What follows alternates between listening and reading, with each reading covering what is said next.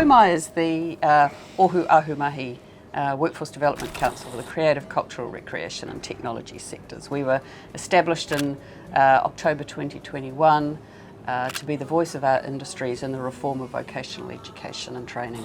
As part of the setup that Claire and I determined as a way of moving forward into the space and to be transformative in every way, we decided that we were going to practice a partnership leadership model where we saw that it's the only way you can really be looking to be tiriti led, that you have two people at the top making decisions in a joint mana to mana type of relationship, and as such, we see that as an agency that's being funded by the Crown.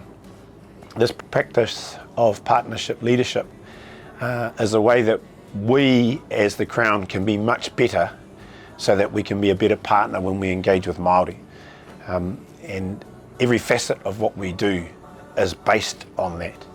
And so we look to everything that we employ in Toi Mai, literally in terms of the number of staff that we have, the way that we engage in tikanga and te reo Māori regularly, the way that we drive all our reporting and everything from a whakaaro Māori perspective as a way of normalising those things, which we see as one of the ways to be transformative. So when Tama and I first started this conversation about joining Toi Mai, we felt that it was a great opportunity to do things that for many people are only hypotheses, what if?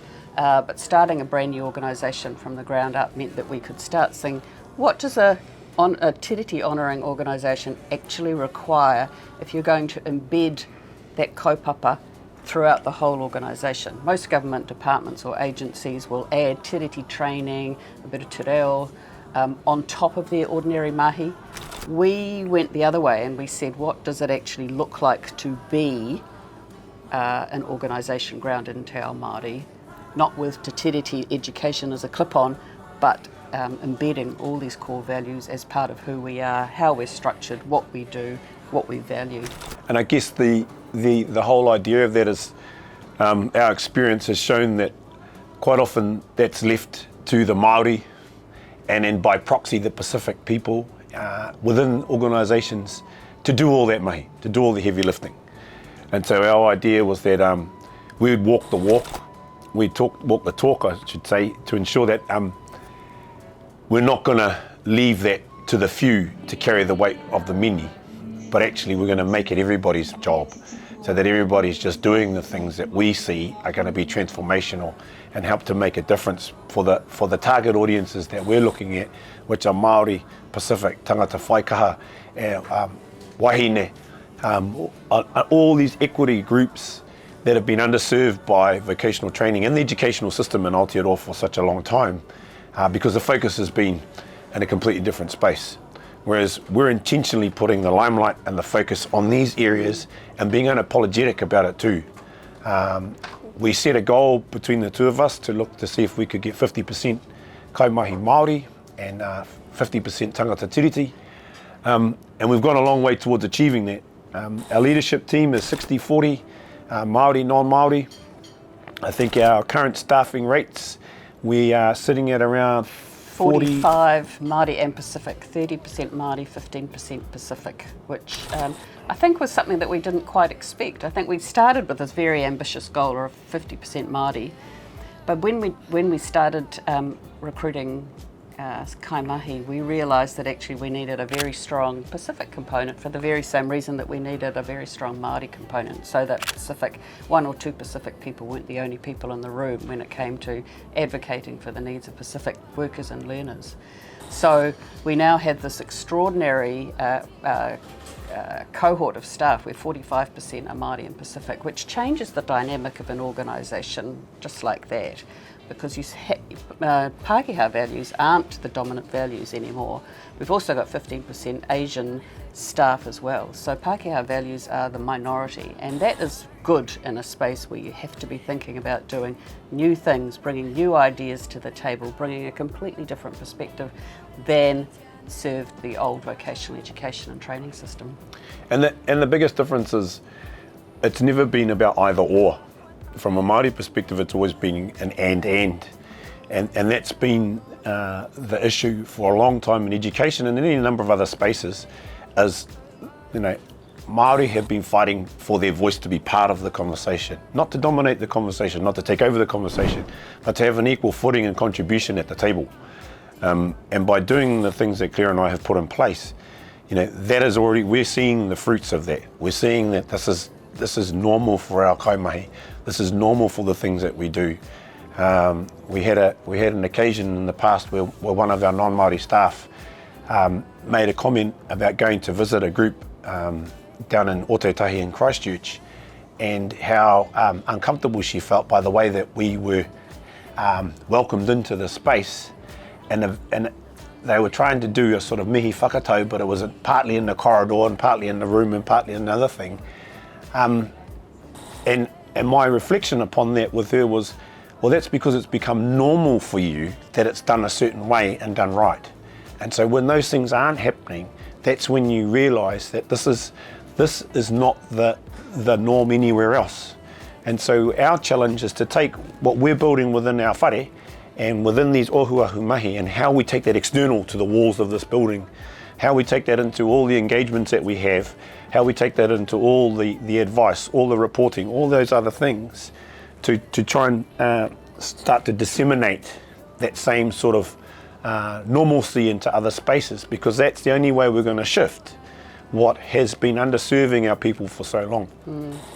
I think one of the interesting learnings for me was that as a Pākehā leader, that it is a much better ride when you're doing it alongside another leader, because it's a very isolating job being a chief executive officer at the best of times.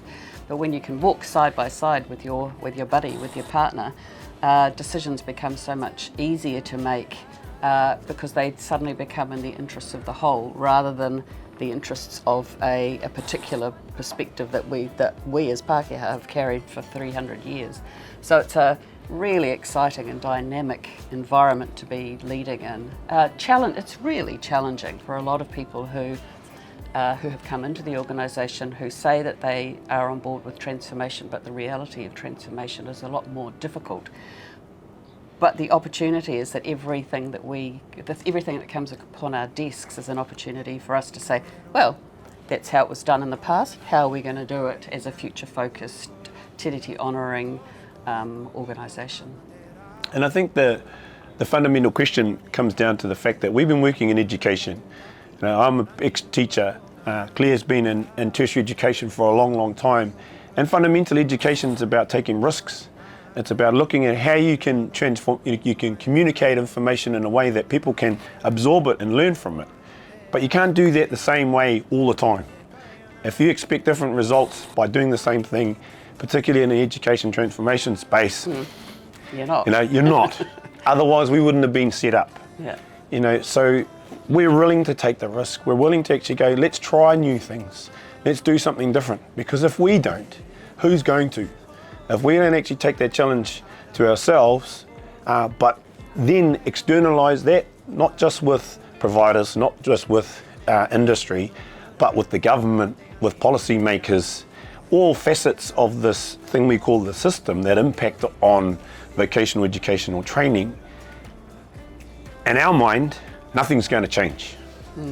So what we've intentionally done is gone, right, how can we do that different? And more often than not, that question's really difficult to answer because it hasn't been done before. No rules, no systems, no ways of answering it. And so you can't look at an exemplar of what was done before and say, how can I do that better? And so, you know, there's been a few times where we fell on our face, but that's what you do. You have a crack, you know, you follow Paulo Freire, you do a bit of reflection, and then you say, how can I do that better, and how can we improve, and how can we continue to raise the bar? And I think we're at a critical time in our journey so far as Toi Mai, because now we're really needing to ask those questions of ourselves as to how can we really do that. We've got to a point where we're kind of functioning all right, and we've got some ideas about who we are, but now we really need to figure out how we're going to take this challenge that we've got in front of us and really drive it to where it needs to go, so that we do play a crucial part in the transformation of vocational educational training in Aotearoa.